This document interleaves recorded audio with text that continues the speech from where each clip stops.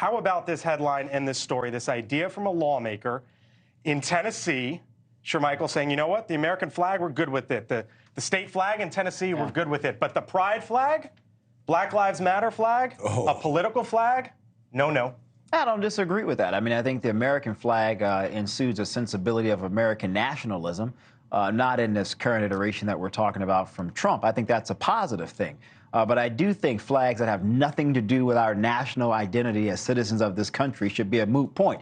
If I were a parent, I do not want my kids being, I don't want to say miseducated, but misguided by what some may argue as propaganda from certain activist groups, whether it's BLM or people who belong to the LGBTQ plus AI, et cetera, community.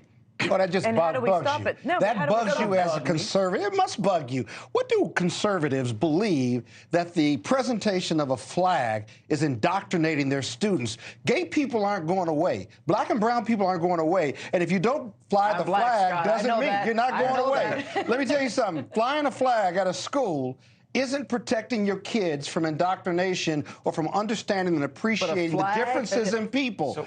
So what difference does it make? What are Republicans so afraid of when it comes to people like me and gays and others? You're not going to protect anybody by having students or your kids not be exposed to it. They're going to be exposed anyway. Who determines what flag is political?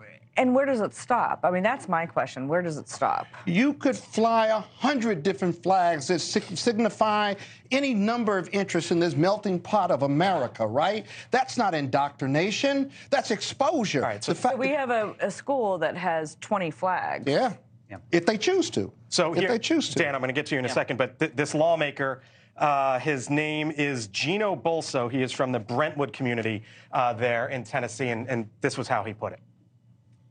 The bill, obviously, is somewhat agnostic with regard to any political views. It simply seeks to remove from the classroom these types of political influences that some use to try to indoctrinate children.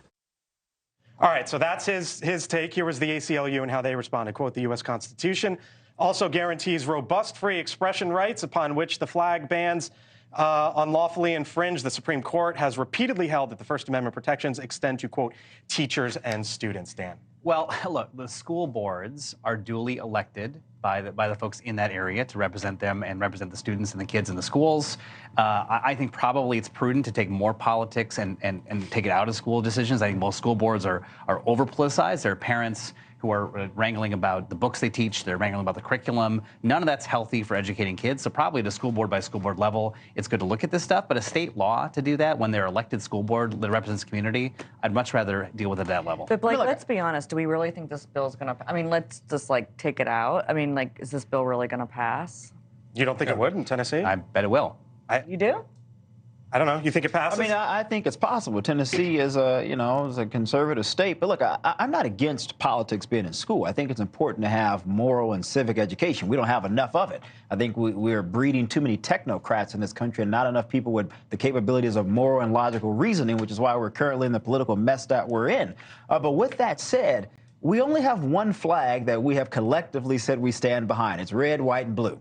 It's not pink, purple, yellow, whatever. It's not BLM. It's not 20 different other flags that Scott seems to be advocating for here. It's one. And I think most Americans are okay with that. They're not okay with 20 different identities. What if a Jewish student, what if a Jewish teacher wants to put in a racing flag? But by the way, though, our schools are not even allowing us to say the Pledge of Allegiance. What'd you say? Say that again? What if a Jewish teacher wants to put an Israeli flag on their desk right now? This is America. It's First Amendment protection. But you're kind of talking about. I mean, I do have to agree with you on that. But if they if they put a Palestinian flag, would you be okay with that too? Of course. Well, if one is this is. No, I mean that's the point. Yeah, I mean I'm not criticizing. So this is. Thank you for watching, and make sure you go to joinnn.com to find NewsNation on your television provider. And don't forget to click the red subscribe button below to get more of NewsNation's fact-driven, unbiased coverage.